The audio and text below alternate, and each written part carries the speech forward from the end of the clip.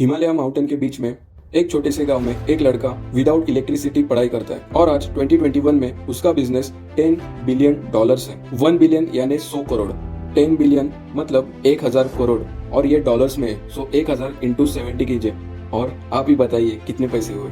जय चौधरी ने Zscaler, AirDefense, CoreHarbor, CipherTrust and SecureIT जैसे कई बड़ी बड़ी कंपनी एस्टेब्लिश की। तो आज हम देखेंगे जय चौधरी ने कैसे इतने सारी बड़ी कंपनीज एस्टेब्लिश किए, उन्होंने कैसे फंडिंग मैनेज किया, कैसे उन्होंने अपने फैमिली को मैनेज किया, कैसे उन्होंने 13 to 14 इयर्स का आईटी इंडस्ट्री में एक्सपीरियंस लेके अपनी खुद की कंपनी चालू की अपनी वाइफ के साथ। और ये सब सफर में उनसे हम क्या क्या सीख सकते हैं वो भी देखेंगे। लेकिन दोस्तों इससे पहले अगर आपने हमारे चैनल को सब्सक्राइब नहीं किया है तो सब्सक्राइब कीजिए और बेल आइकन दबाइए ताकि ऐसे ही case study and finance related very very very important knowledge जो कि आपकी लाइफ में आपको काम आ सकती है वो हम इस चैनल के थ्रू शेयर करते हैं। जय चौधरी हमेशा से एक प्रॉब्लम सॉल्वर थे। जब वो अपने यंगर एज में थे तो उन्होंने मार्केट की डिमांड को समझा और उन्हें पता चला टेक्नोलॉजी का ट्रेंड बढ़ रहा है और टेक्नोलॉजी की दुनिया में मतलब आईटी सेक्टर में सिक्योरिटीज की बहुत कमी है। इसलिए क्यों ना हम सिक्योरिटीज की सर्विस चालू करें और इंजीनियरिंग फर्म को या फिर एमबीए फर्म को फाइनेंस के रिलेटेड और टेक्नोलॉजी के रिलेटेड सिक्योरिटीज प्रोवाइड करें। मतलब सपोज कंपनी ए है और कंपनी बी है। कंपनी ए को कंपनी बी को कुछ फीस ट्रांजैक्शन करनी है। उसके लिए सिक्योरिटीज चाहिए होती है और अपने डेटा के लिए भी सिक्योरिटीज चाहिए होती है। जय चौधरी एंड उनकी फर्म यही काम करते थे सिक्योरिटीज प्रोवाइड करने का, ताकि डेटा एंड कोई भी ट्रांजैक्शन लीक ना हो।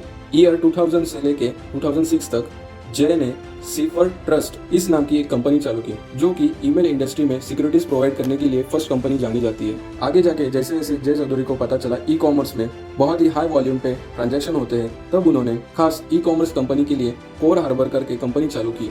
सेम प्रॉब्लम को वो टारगेट करके मनी क्रिएट कर रहे थे। जय चौधरी को एंटरप्रेन्योर ऑफ द ईयर जो कि साउथ यूएसए का एक बहुत बड़ा पुरस्कार रहता है वो भी मिल चुका है और एससी मैगजीन की तरफ से मार्केट एंटरप्रेन्योर करके अवार्ड भी मिल चुका है। जय चौधरी ने अपना MBA and MSc in computer engineering USA में कंप्लीट किया और BTech in electronics IIT Varanasi से कंप्लीट किया है। जय चौधरी बोलते हैं उनके विलेज में और आजू बाजू में सिर्फ 800 लोग रहते थे। मतलब आप समझ चुके हो ये कितना छोटा टाउन या फिर कितना छोटा विलेज होगा। एक इंटरव्यू में उन्होंने कहा था हिमालय के सराउंडिंग जो भी विलेजेस है उसमें इलेक्ट्रिसिटी नहीं है और पढ़ाई करने के लिए वो स्ट्रीट लैम्प का यूज करते थे। लेकिन उन्होंने ये एक्सक्यूजेस नहीं दिए, हार्डवर्क करके आज इस मुकाम पर पहुंचे हैं। वो बोलते हैं मेरे फादर एक स्मॉल स्केल पे फार्मिंग करते थे और मैं जो भी वर्क एथिकेट्स एंड इंटीग्रिटी सीखा हूँ वो उन्हीं से सीखा हूँ। मेरे गांव में पीने का पानी नहीं था, लेकिन जब मैं 10th ग्रेड पास आउट हुआ तब गवर्नमेंट ने कुछ जुगाड़ करके गाँव में पीने का पानी की व्यवस्था कर दी। तो सोच सकते हो आप ये कितनी पुअर फैमिली से बिलोंग करते हैं। उनके डैड को कभी भी स्कूल जाने का मौका नहीं मिला, वो बचपन से फार्मिंग ही करते थे। लेकिन उनके डैड को हमेशा लगता था मेरा बेटा स्कूल में जाए और अच्छे नंबर से पास हो जाए और लकीली जय भी स्कूल में एंड स्टडीज में बहुत अच्छा परफॉर्मेंस करते थे। उस समय में इंजीनियरिंग का बहुत ज्यादा ट्रेंड था। उनके फादर ने जुगाड़ कर दे और जय चौधरी को स्कॉलरशिप मिलते ही उन्होंने इंजीनियरिंग में एडमिशन कर लिया। लेकिन तब उन्हें पता नहीं था कंप्यूटर एंड टेक्नोलॉजी इतनी ग्रो करेगी, तो फिर इसलिए उन्होंने इलेक्ट्रॉनिक्स इंजीनियरिंग में अपना बीटेक के लिए एडमिशन करवाया। जब जय चौधरी ने 13-14 इयर्स एक्सपीरियंस ग्रैब किया अपने मास्टर्स के साथ साथ, तब जाके उनको सेल्स एंड मार्केटिंग के बारे में पता चला, क्योंकि वो IBM, NCI, यूनिसिस इन जैसे कई बड़े बड़े कंपनी में जॉब कर चुके थे और 1990 में ब्राउजर भी आ चुका था जैसे कि गूगल क्रोम आज हम यूज कर रहे हैं वैसे। और उनके मन में इंटरनेट के लिए क्यूरियोसिटी बढ़ चुकी थी और जैसे उन्होंने पढ़ा सिलिकॉन वैली में एक स्टार्टअप चालू किया है और वो पब्लिक भी हो चुका है। उनको ये रियलाइज हुआ हम भी स्टार्टअप कर सकते हैं और एक अच्छी खासी कंपनी चला सकते हैं। लेकिन वो बोलते हैं शायद से मैं पहले से ही एक रिस्क टेकर था, इसलिए मैंने जॉब छोड़ के कंपनी चालू करना डिसाइड किया। जय चौधरी ने ये आइडिया अपने वाइफ को सुनाई। शुरू में उनके वाइफ को ये आइडिया अच्छा नहीं लगा क्योंकि वो बिल्कुल भी रिस्क टेकर नहीं थी। लेकिन फिर बाद में जय चौधरी ने जैसे तैसे उनको मना लिया और बाद में दोनों ने जॉब छोड़ के एक अपना खुद का बिजनेस चालू करने का ठान लिया। फंडिंग के बारे में जय चौधरी बोलते हैं कोई भी पैसा आपको ऐसे ही नहीं देगा जबकि आपके पास कोई भी कंपनी खड़े करने का एक्सपीरियंस नहीं रहेगा। लेकिन तब 3 to 4 मंथ्स बहुत ट्राई किया इन्वेस्टर ढूंढने के लिए, लेकिन उनको कोई भी इन्वेस्टर नहीं मिला क्योंकि उनके पास कंपनी खड़ी करने का कोई भी एक्सपीरियंस नहीं था। तब जय चौधरी बोलते हैं मेरे पास 2 ही ऑप्शन थे, एक तो मैं अपने खुद की कंपनी चालू करने का स्टार्टअप चालू करने का छोड़ दूं और ये ख्याल अपने दिमाग से निकाल दूं, और सेकंड हमारी जो भी पूरी सेविंग्स थी वो अपनी कंपनी के लिए लगा दूं। और ऑब्वियसली उन्होंने सेकंड ऑप्शन ही चूज किया। लेकिन वो बोलते हैं ये मेरे लिए बहुत आसान था क्योंकि मेरे पास बड़ा घर नहीं था जिसका लोन मुझे चुकाना पड़ता था, या फिर मेरे पास कोई बड़ी लग्जरी कार नहीं थी जिसका भी लोन मेरे ऊपर था। मेरी लाइफ एकदम सिंपल विदाउट लोन थी। इसलिए वो आसानी से अपना जॉब छोड़ के बिजनेस चालू कर सकते हैं। एक बात यहाँ पे गौर करने की है दोस्तों, अगर आपके ऊपर कोई भी लोन नहीं है तो आप आसानी से अपना बिजनेस चालू कर सकते हो। लेकिन एक बहुत बड़ा लेकिन, आपको उसके लिए आपकी लाइफ एकदम सिंपल रखनी पड़ेगी, सो दैट आपको जब भी अपॉर्चुनिटी आए तो आप वो ग्रैब कर सकते हो। जब जय चौधरी से पूछते हैं उनके फर्स्ट स्टार्टअप से उन्हें कौन सी अच्छी चीज सेटिस्फैक्टरी मिलती है, तब वो बोलते हैं जब 70 और 80 एम्प्लॉय उनके पास थे तब उनके पास ज्यादा इंफ्रास्ट्रक्चर नहीं था, एम्प्लॉयज को देने के लिए ज्यादा सैलरी भी नहीं थी। जिस एम्प्लॉयज ने उनके पास कम सैलरी में और बहुत ही दिल लगा के मेहनत करके उनका जॉब किया, तब उन्होंने अपने कंपनी के स्टेक हर एक एम्प्लॉय को थोड़े थोड़े दे दिए। और जब उनकी कंपनी स्टॉक मार्केट में इन्वेस्ट हुई तब जाके उनके एम्प्लॉय को भी उसका फायदा हुआ और उनके एम्प्लॉय को एटलीस्ट $1 मिलियन का प्रॉफिट हुआ। इंडियन रुपीज में कन्वर्ट करें तो पकड़ लो 70 लाख के आसपास। और तब जो एम्प्लॉय के चेहरे पे जो स्माइल थी वो उनके लिए सेटिस्फैक्टरी थी। इस बात से ये पता चलता है जय चौधरी हमेशा अपने एम्प्लॉयज को कितना इंपॉर्टेंस देते थे,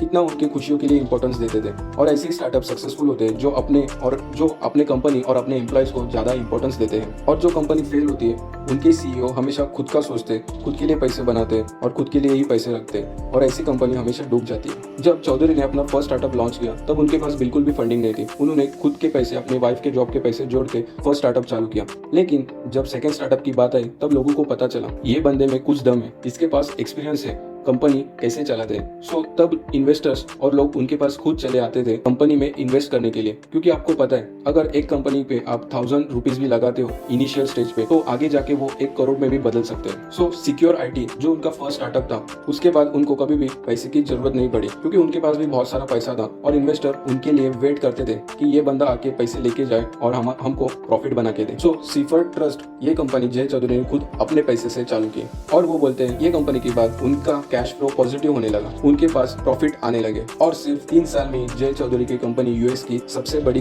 कस्टमर एक्विजिशन कंपनी बनी और धीरे धीरे उनके स्टेक्स की वैल्यू बढ़ने लगी। और जैसे कि आप जानते हो जैसे जैसे स्टॉक मार्केट में कंपनी का वैल्यूएशन बढ़ता है वैसे वैसे आदमी रिच होते जाता है। आपने सिक्योरिटीज में मैकेफे का नाम तो सुना ही होगा। मैकेफे कंपनी का वायरस हर एक पीसी में होता है, एटलीस्ट इंडिया में। तो जब जय चौधरी के एक इन्वेस्टर उनके पास आए और उनको बोले हम मैकेफे से टाई अप करेंगे और उनके साथ मर्ज हो जाएंगे, अगर कोई भी फाउंडर रहता तो वो बोलता कि अरे यार मैंने खुद ये कंपनी अपने दम पे खड़ी की है तो मैं क्यों एक बड़ी कंपनी से मर्ज करूं। लेकिन कुछ एग्रीमेंट्स करने के बाद जय चौधरी मान गए और उनके पास जो भी टेक्नोलॉजी थी जैसे ईमेल में सिक्योरिटीज प्रोवाइड करना, फायरवॉल जो भी आज हम कंप्यूटर्स लैपटॉप में यूज करते हैं फायरवॉल, उसकी टेक्नोलॉजी जय चौधरी ने इन्वेंट की है। जो भी बैक सिक्योरिटीज लगती है इंटरनेट में वो सिक्योरिटीज भी जय चौधरी प्रोवाइड करते थे। सो ये सारी लेटेस्ट टेक्नोलॉजी उनके पास और उनकी कंपनी के पास थी, इसलिए मैकेफे ने उनको मर्ज करने के लिए जय चौधरी को इन्विटेशन दिया। खुद जय चौधरी मैकेफे के पास नहीं गए थे, मैकेफे खुद चल के उनके पास आया था, इसलिए उनको अच्छा खासा प्रॉफिट भी हुआ। कैश एंड स्टॉक मिला के जय चौधरी को कुल मिला के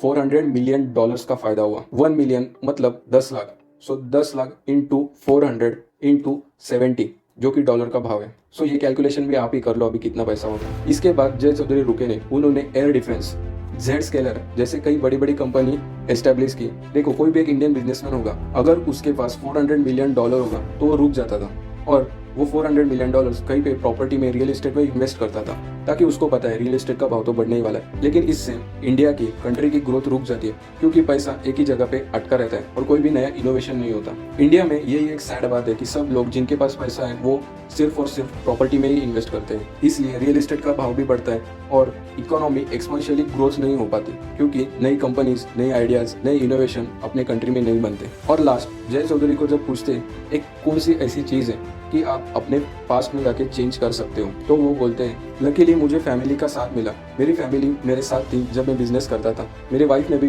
मेरे कहने पे जॉब छोड़ के मुझको बहुत ही अच्छा साथ दिया। लेकिन अगर कुछ मुझे चेंज करना है तो मैं पास्ट में जाके अपने आप को मोटिवेट करूंगा। मैं जब स्टार्टअप चालू करने वाला था तब मैं खुद से बात करता था मैं ये करूँ कि नहीं करूँ। मैं रिस्क टेकर तो था, लेकिन फिर भी कहीं पे मन में ये थॉट्स आते थे कि ये ना करूँ, क्योंकि मेरी फैमिली, मेरे पूरे सेविंग्स इस पे लग जाएंगे तो मुझे बाद में नुकसान ना हो। तो मेरे दिमाग में जब ये थॉट्स आते थे पास्ट में, तब मैं अभी फ्यूचर से पास्ट में जाके खुद को मोटिवेट करना चाहता हूँ, क्योंकि इन्फ्लुएंसर बहुत ज़्यादा जरूरी है आपके लाइफ में। इसीलिए दोस्तों अगर आपको भी ऐसे इन्फ्लुएंसिंग वीडियो देखने और अपने लाइफ में रियल वैल्यू मोटिवेशन ऐड करना है। मोटिवेशन 2 टाइप के होते हैं, मोटिवेशन 1.0 एंड 2.0। 1.0 मोटिवेशन जो रहता है वो कोई भी सॉन्ग सुनने के बाद, कोई भी एक स्पीच सुनने के बाद आपके दिमाग में रहता है और उसका वैलिडिटी 24 आवर्स तक रहती है। उसके बाद आप सो गए, सोकर उठे, आपका मोटिवेशन चला गया। लेकिन अगर आप ऐसी रियल लाइफ केस स्टडीज और रियल लाइफ स्टोरी सुनोगे तो वो आपके दिमाग में बैठ जाएगी और उसे बोलते हैं मोटिवेशन 2.0, जो कि कभी भी खत्म नहीं होता। सो अगर आपको ऐसी interesting case studies related video चाहिए